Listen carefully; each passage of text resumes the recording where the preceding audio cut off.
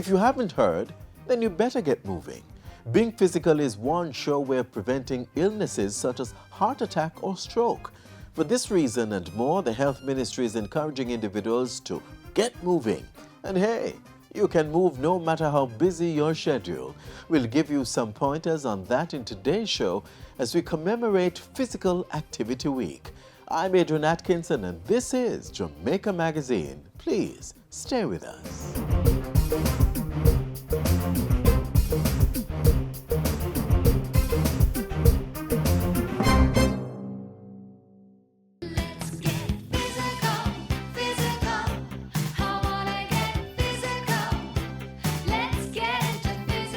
Did you know regular physical activity controls your weight, reduces your risk of cardiovascular diseases, reduces your risk for type 2 diabetes and metabolic syndrome, reduces your risk of some cancers, strengthens your bones and muscles, and increases your chance of living longer?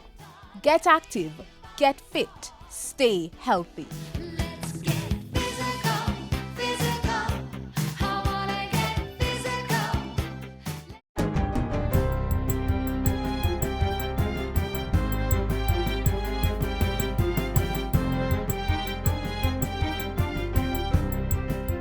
Good day, I'm Lorraine Mendez and this is your JIS News for Tuesday, April 10.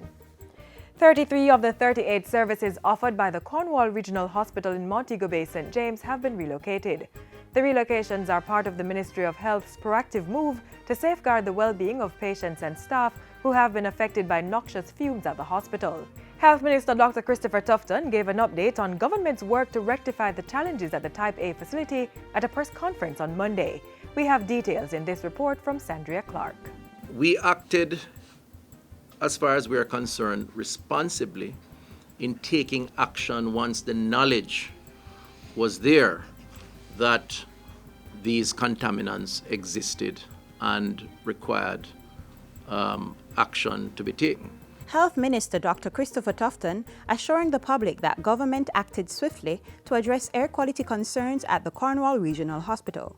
He says international and local environmental experts have been brought in to remove mold and asbestos from some parts of the 44-year-old building. The health minister adds that the design for a new $500 million ventilation system has been completed and says the contract has been awarded to have it built. Dr. Tufton says work is also being done to repair a leaking roof, replace pipes, and redesign the floors of the hospital. While that is being done, only 10% of the hospital's services are being offered in the building. They include cancer treatment, the morgue, dialysis, administration, histology, and records processing. The Falmouth Hospital is now accommodating the elective surgeries normally done at Cornwall Regional, while the Mount Salem Clinic is housing its accident and emergency ward. Both facilities had to be expanded to accommodate the new demands. The important point here to note is that it had to take some time because there were no ready alternatives available, and to just shut cold turkey would mean that people would die. In the meantime, Minister Tufton has apologized for the discomfort faced by medical staff of the institution. I want to just place on record that I regret thoroughly the fact that staff members, nurses and doctors have had to endure this process of irritation and discomfort and sickness over that period of time. I take no joy in recognizing that reality. And indeed, I really am sorry that they had to go through some of those experiences. Reporting for JIS News, I'm Sandria Clark. In other news, Minister with responsibility for housing, Carl Samuda, has sought the intervention of the Port Maria Police to bar Landmark Developers Limited from disconnecting Liberty Estate residents from an unfinished sewer system. In a release, Minister Samuda outlines that the developer has been charging residents for connections to the unfinished sewer system and disconnecting persons from the system for non-payment. The minister visited the St. Mary housing development on Friday and describes an incomplete system with raw sewage out in the open and in persons' backyard. He insists that this will not be allowed to continue. Pointing out that the government is the owner of the lands on which the community was built, Mr. Samuda says no arrangement was made with Landmark Developers Limited to manage and/or operate any sewage infrastructure for the community. As a result, the police have been asked to stop all tractors and bulldozers from entering the community, to disconnect owners from the incomplete system, or to interfere with landowners' property or that of the government. Agriculture Minister Audley Shaw says more must be done to reduce the percentage of onions being imported into Jamaica for domestic consumption. He was speaking on a tour of Caribbean Broilers Imagination Farms at Hill Run in St. Catherine, where 12 acres of onions are being cultivated. This project by CB is demonstrating that it can be done here, and it can be done at a competitive price, and it can be sold to the supermarkets and sold to the hotels at a reasonable price. And it's a fresh product that's coming straight out of the ground. Caribbean Broilers hopes that the yield from this crop will help to reduce imports by 10% and has plans to increase this to 50% over the next 5 years. Minister Shaw is urging small and medium farmers to get involved, saying 20,000 acres of land will be made available for lease and sale, 70% of which are already irrigated. The Ministry of Justice continues to provide legal counsel to persons through its mobile unit community visits. On Monday, the Legal Aid Council was at the Promise Learning Center in Kingston to offer free consultation to teachers, parents, students, and residents. The institution caters to children with autism. Legal consultant in the ministry, Shara K. Dakers, says the free legal advice is very important, as many Jamaicans are not able to afford the cost of a private attorney. The unit is here today to offer free consultations and free legal advice to persons who might be in need of advice in legal issues. Also, we are here to inform persons of their rights under the legislation for kids with special needs. Since the rollout of the Mobile Justice Unit in January 2017, it has provided free consultation and advice to several communities across the country. And finally, Minister of Local Government and Community Development Desmond McKenzie is calling on local authorities to become more self-sufficient as a way of reducing their dependency on central government. He was addressing the opening ceremony of the inaugural Caribbean Conference of Mayors held at the University of the West Indies regional headquarters on Monday. But if we speak about the independence of local government, then we should create our own niche of revenue. And it is time we extricate ourselves from the pockets of central government by becoming more relevant when it comes on to generating our own source of revenue. Mr. McKenzie says potential is there for this to become a reality, adding that national development requires the continued success of local government. Local government has and continues to be the most accessible and intimate form of government to the citizens anywhere. Its importance continues to grow. And that's it for JIS News today. I'm Lorraine Mendez. Thanks for watching.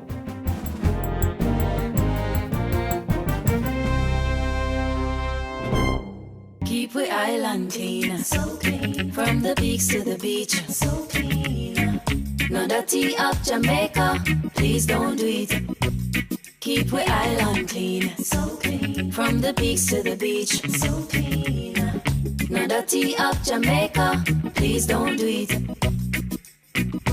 No dash, no paper, no dash, no plastic. Dispose your garbage responsibly. No know how to recycle, learn it quick. And if you drop it, better pick up every piece of it. Plastics last forever, don't forget the bits. Cause when them touch the street, them end up in the sea. Collect pan the reef where they fish them feed. And when you want seafood, I eat your eat. Keep the island clean, so clean. From the peaks to the beach, so clean. No dirty up Jamaica, please don't do it. No dirty up Jamaica, no dirty up Jamaica, no dirty up Jamaica, no dirty up Jamaica. Jamaica is blessed with an abundance of natural resources. There are precious jewels, shells, and other natural resources, items that can be made into exquisite wearable designs. Take a look at these pieces. Droplets of beads, creatively designed metals, painted wood, all handcrafted to adorn the neck, face, or limbs. Made from natural resources found on the island, local costume jewelers are designing a niche for economic empowerment. Natural handbands. These are like from lucky seeds and RSI, and these bracelet is from copper with seed mixed in. And we have bamboo handband. We have leather handband over here, and we have wallets, sandals, and pipes and chalices. Natural, all handmade right here in Jamaica.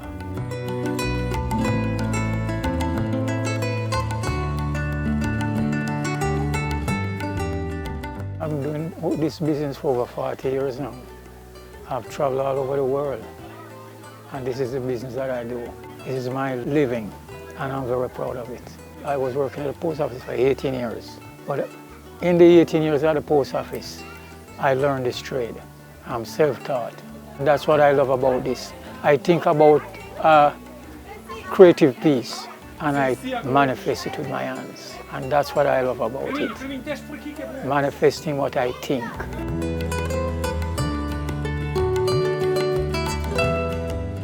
So we have two lines here. We have one called the Heavenlies, and then we also have another line that's completely made out of paper, crafted from scratch, hand-painted by a fine artist and varnished. And that one is called Inspired by Nature. And if you look at it, you'll see things that remind you of sunsets or hillsides and mountainous reliefs and fruits and flowers. We have some freshwater pearls, we have shells, we have upcycled, I would say, materials that we use to make the earrings, so paper. So, and we do a lot of seeds and shells. I work a lot with shells. So those sorts of things. I'm telling you this, we don't know how rich we are. We're a very rich country. I'd love if we could concentrate on developing our skills and using our local product and advance. We are so rich that it's confusing sometimes to see what we're doing, so much stupid things. Killing each other, robbing each other. We don't have to do that. We have everything here. So we need to just concentrate and focus and be positive and use the things that we have, because we have a lot. Just be more mindful of what you're doing every day and what you're using every day, you know. Paper instead of plastic, that's kind of, you know, the stereotypical answer, but really thinking about where you're buying your products. Are you buying things that are locally made? Are you buying things that are imported more than the locally made?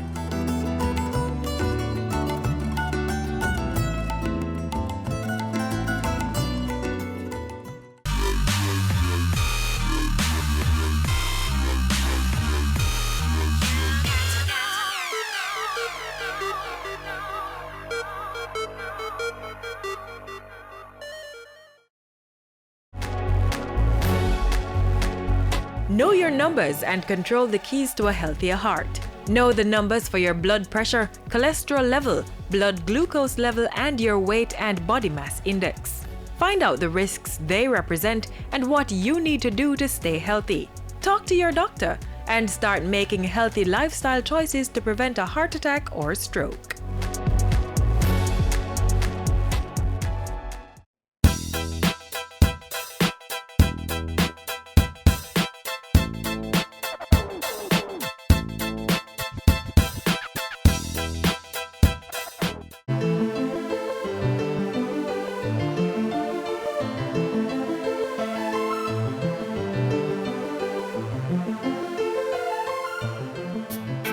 You're up and about, going through your routine activities.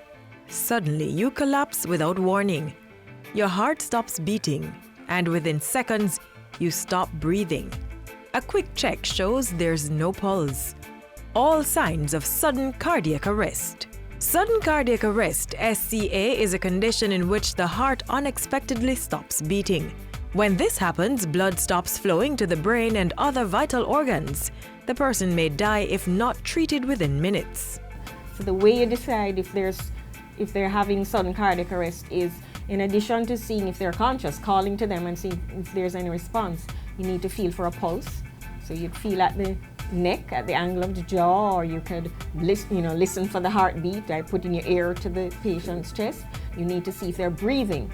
So if they are not breathing, they have no pulse, then they're in cardiac arrest. SCA is not to be confused with a heart attack, which happens when blood flow to the heart is blocked.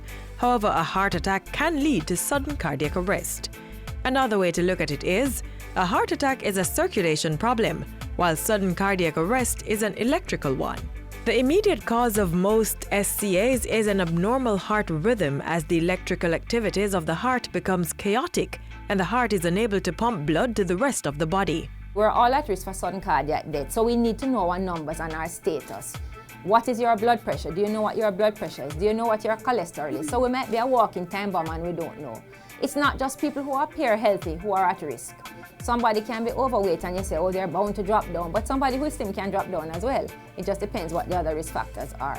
So I just think the only way we can know is to know your numbers, know your status. Among the conditions that trigger sudden cardiac arrest is coronary artery disease, a more common cause in persons over 35 years old. Also, cardiomyopathy, in which the heart muscle becomes enlarged or thick and weak, as well as inherited disorders that may cause parts of the heart to stretch and become weak. Other conditions include disorders of the heart's electrical system, as well as heart defects that were exhibited at birth. Persons who have a family history of sudden cardiac arrest or heart disease are also at risk. In contrast to elderly persons, cases of SCA is not prevalent in children. But the children can be born with some types of heart disease that make them have a higher risk for sudden cardiac arrest.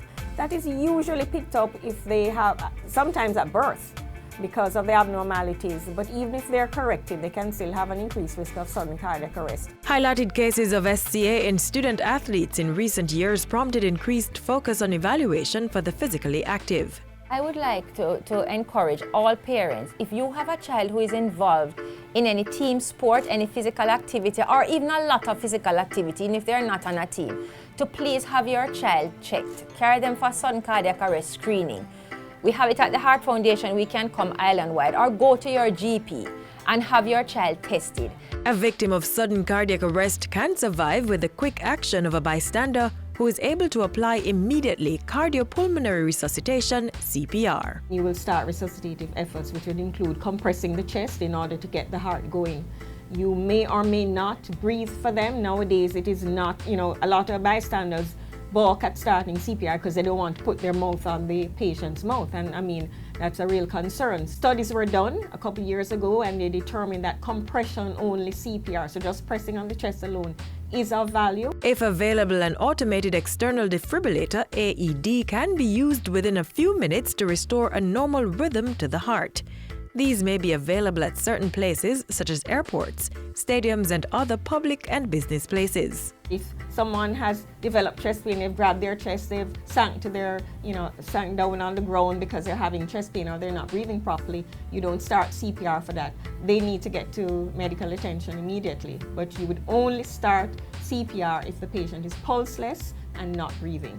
Following that bit of first intervention, which must take place within the first 4 to 5 minutes of sudden cardiac arrest, the patient will need to be moved immediately to a hospital. The Ministry of Health since 1996 has been partnering with the Ministry of Local Government through the Jamaica Fire Brigade to expand its provision of pre-hospital service. We recognize that transportation of patients to hospital is a vital part of the chain of survival.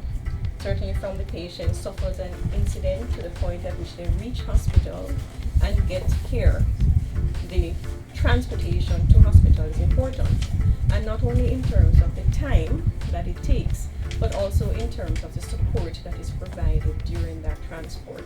You're supposed to have a defibrillator on the ambulance. You're supposed to have basic drugs which a trained paramedic would be able to administer to continue advanced cardiac life support. And when they get to the hospital, which would have been alerted from the ambulance that we're bringing in a cardiac arrest victim, the team would be waiting at the door of the hospital to receive this patient. Based on the value of CPR in saving a life, the Ministry of Health has been partnering with the Heart Foundation of Jamaica to encourage more Jamaicans to get trained in CPR. And this important life skill is everybody's business, so get trained and be ready to lend a hand when the need arises.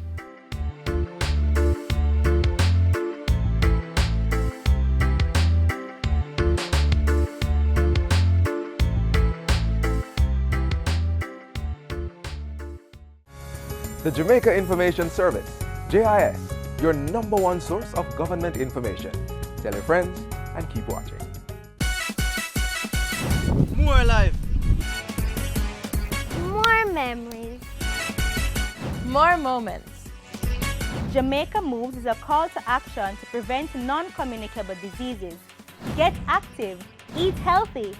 You can protect yourself from high blood pressure, obesity, asthma, certain cancer diseases, and more.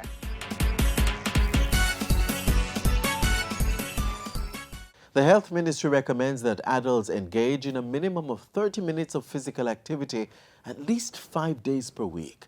Children are also encouraged to become more active in order to avoid obesity, build physical strength, and improve focus. The recommended physical activity for children between the ages of 6 and 17 is at least 60 minutes of moderate to vigorous movement, at least 5 days per week. Watch this next feature for more on the Ministry's Jamaica Moves campaign.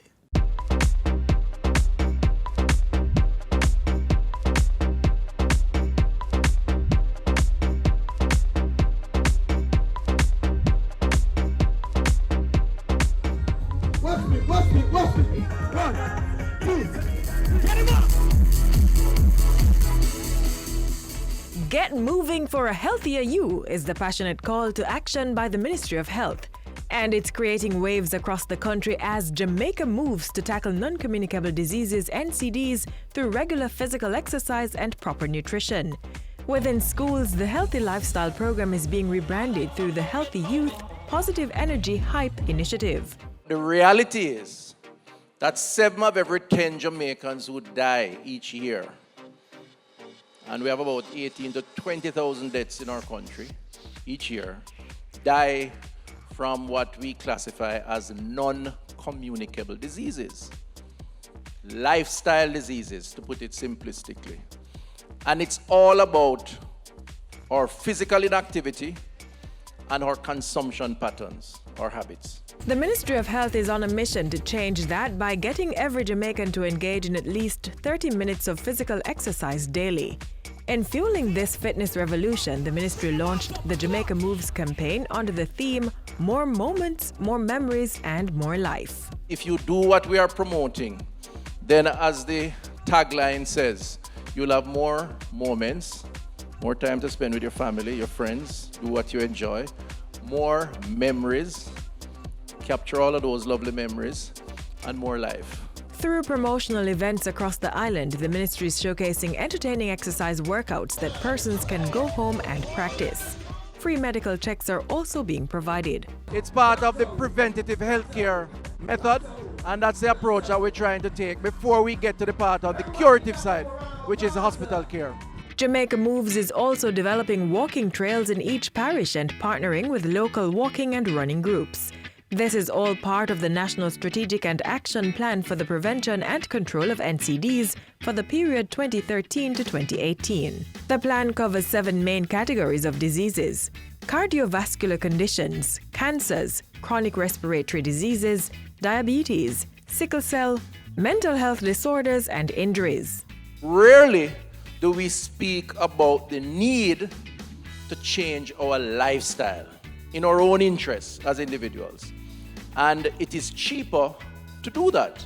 1/3 of your income, according to the World Bank, if you get arthritis, diabetes, cardiovascular disease, and all the others that are linked to lifestyle, 1/3 of your disposable income, the World Bank says, will end up being spent on treating those ailments.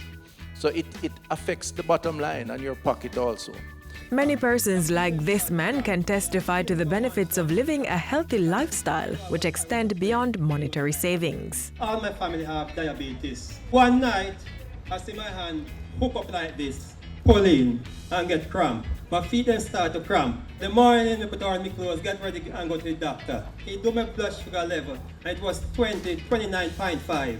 And he said, oh my God, you almost kill yourself. So the doctor said, I know what to do, Mr. Reed. He says, yes, sir.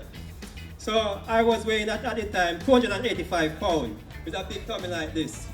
So he said, go and cut out your belly. And you know what I mean. So I said, I understood, doctor, I'm going to change my diet and I'm going to take up exercise 1,000,000%. So I start off by 1 mile back and forth till I end up doing 10 miles. Exercise is the key to good health. Eat right, change your diet, less carb. Remember to put the running shoes right at your bed. As you step out of your bed, you step in. And the first thing, you drink 1 cup of water before you move. And eat a lot of fruit, eat a lot of greens, and always have 1 glass of the green juice every week. Dedicating 30 minutes out of every day to physical exercise may seem a big challenge, but begin with just 1 step and you'll find it becomes manageable. Regular exercise helps prevent damage to your heart's artery from high cholesterol, high blood sugar, and high blood pressure that can lead to heart attack or stroke. Medical experts say aerobic exercises also improve the body's blood circulation and reduce the risk of type 2 diabetes while helping to control blood glucose in persons living with diabetes. There are exercises tailored to building muscle and losing weight, increasing strength, and improving flexibility. Corporate Jamaica is on board with the Move for Health, and even more are encouraged to take on the Jamaica Moves Corporate Challenge. It involves companies and their staff signing up and participating in the various run-walk events. We want to mobilize as many companies as possible.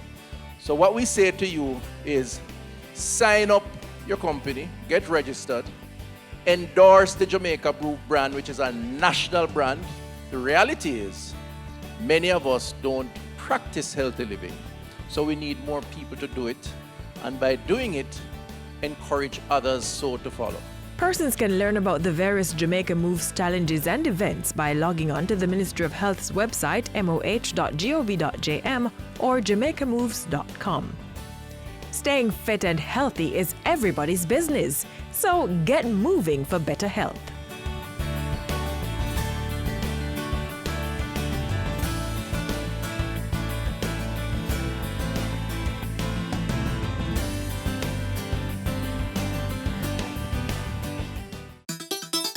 The Ministry of Science, Energy and Technology is now accepting applications for the 2018 National Innovative Competition under the theme Recognizing Excellence in Innovation. Submit entries to any of our 11 categories to win cash grants and trophies. Applications must bear the Jamaica Intellectual Property Office's JIPO seal to indicate authenticity of submission. Applications must be mailed or delivered to Mrs. Andrea Carr, Coordinator for the Innovation Awards Secretariat at the Scientific Research Council, SRC. For more information, call 1-876-927-1771 or visit the SRC website, www.src.gov.jm. Application closes Monday, April 30, 2018.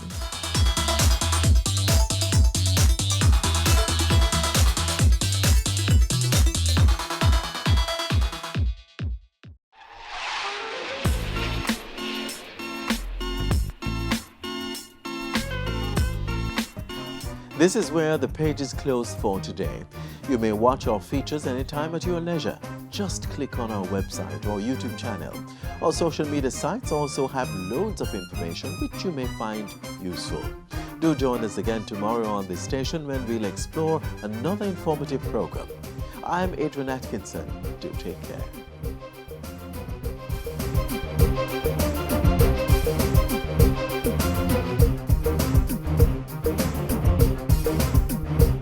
This has been a production of the Jamaica Information Service, the voice of Jamaica.